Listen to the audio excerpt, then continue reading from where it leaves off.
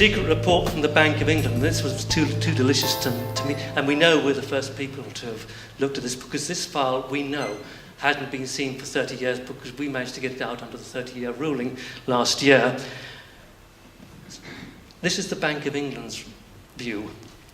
We need, therefore, to be quite sure that the possible proliferation of trust companies, banks, etc., which in most cases would be no more than brass plates manipulating assets outside the islands, does not get out of hand. There is, of course, no objection to their providing bolt holes for non-residents. In other words, we don't mind anyone elsewhere in the world doing this. We just want to protect ourselves from British citizens doing this. Because by that time, they'd become under pressure from the Wilson government to support inland revenue. But we don't mind other people from outside Britain doing this, is the giveaway. And that's the problem. People across Latin America, people across the Middle East, people across North America and Asia were using British tax havens to hide their money away, to evade taxes, to steal, defraud, you name it, any amount of economic crime, and the British government was complicit with that process. And I regret to say, remains complicit with that process. Again, 1971, another hidden file. The USA deplores the United Kingdom's encouragement of tax havens, and France, which is animadverted, a word I'm not familiar with, on the prevalence of paradis fiscaux as yet another undesirable feature of the sterling area, is evidence of the extent to which other countries were putting pressure upon Britain to cut back on this because it was harming their interests. The tragic thing is, of course, that the developing countries, which are the main victims, the Latin American countries, the Central American countries, the African countries where I've worked, which are the main victims of this, they had no such opportunity to put pressure upon Britain. I made an assertion at the beginning that tax havens are not just responsible for tax evasion and tax issues, they also lie at the core of the financial crisis. This is a much more difficult thing to explain, and I don't know how much time I've got. But it's no coincidence that virtually every structured investment vehicle, the so-called shadow banking system, virtually every hedge fund, virtually every special purpose enterprise, almost every collateralized debt instrument involved in the financial crisis is registered in and operates out of a tax haven. The key tax havens for CDOs, collateralized debt obligations, were Cayman, Jersey, and up to a point Delaware. The banks use a very wide variety, but Jersey is a particular favourite, as is Luxembourg and the Cayman Islands. Why? It's a toxic mixture of opportunities to use securitized debt for tax avoidance purposes, and the fact that these places are very secretive and almost totally deregulated. Let me give you an idea of how deregulated they are. We started flagging up warnings about this in 2004, when we said we think there are huge risks accumulating in securitized debt instruments which are being traded offshore, and no one understands the nature of these risks. The reason they were offshore was largely because the banks could maximize their profits and therefore also maximize their tax avoidance processes by trading them offshore, but also because they could they were traded in a totally deregulated environment.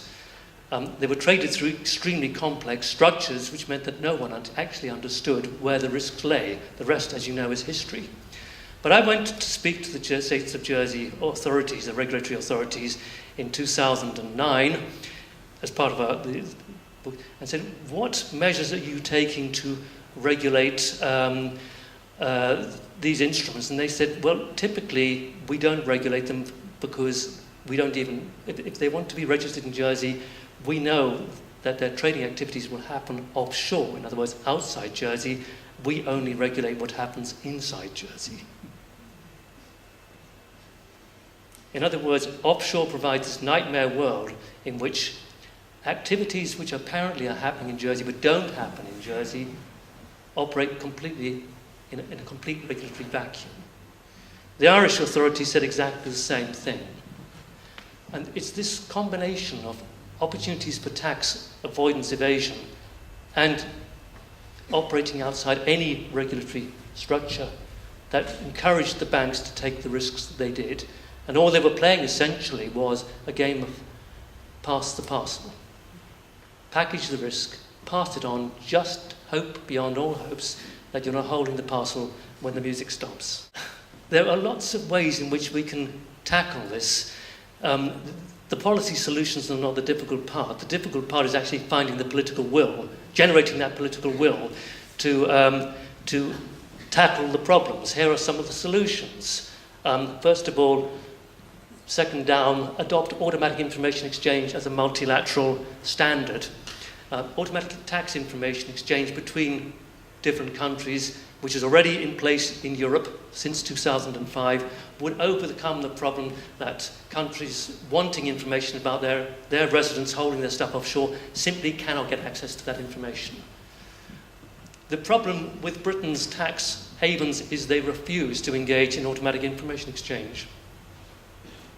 As recently as last November, the Jersey government refused to become party to the European Union Savings Tax Directive. Why does our government allow it to do that? Secondly, we're pushing for adoption of an international financial reporting standard on country-by-country reporting, which would require multinational companies to reveal the activities of all their subsidiaries in every single country in the world. That would overcome the problem of the banana example, where they're shifting their profits into tax havens and no one knows what's happening in those tax havens. That would be revealed. Thirdly, we're pushing through the Financial Action Task Force for full public disclosure of beneficial ownership of companies, foundations, trusts, and other legal entities. And we're pushing, and the current government has actually announced a commission, we're pushing for the adoption of a general anti-avoidance provision which would tell the tax evasion and avoidance industry, that is the lawyers, the bankers and the accountants who run this culture of tax avoidance, would tell them very clearly this is not an activity that's accepted, and that would signal to the courts that tax avoidance, that is the use of transactions which are explicitly designed to avoid tax, is not acceptable to the courts. The reason that's important in Britain is because of that desperately corrosive judgment from 1936, the Duke of Westminster Principle, which says exactly the opposite. We're also calling for strengthening of international cooperation to try to cut out what are called in our jargon the beggar thy neighbour tax policies of countries like Britain, which says to Russian oligarchs and criminals from all around the world, come to Britain and you'll have non-domiciled status and you can live here happily ever after and never pay tax. Just pay a £30,000 fee. We're calling for tax evasion to be treated as a corrupt activity within the United Nations Convention Against Corruption, and also as a predicate crime under anti-money laundering regimes. Now, all of these things sound a little bit abstract, no doubt, but let me tell you, all of them are under very serious investigation, either by the European Union or by the United Nations or by the Financial Action Task Force. All that we need to make this happen is political will. It's my job to get that will going. More dramatically, what we want to call also to push, and there's no political will or interest here at all, other than within the European Union, to tax companies in a completely different way, to move away from the current basis, which does not work at all, and allows them to shift their intellectual property rights off to tax havens. We want to shift to an entirely different process. And interestingly, here again, the European Union is trying to move in that direction. But guess which government is blocking it? In other words, there are plenty of solutions to these problems. There's a lack of political will. And there are powerful governments, not least our own, that have a long and extremely toxic history of blocking progress in this area. I hope that's opened up some of your perspectives to why tax justice is such an important thing internationally, to why this lies at the heart of the failure of globalization to serve public interest. I hope some of the sums have been convincing to you.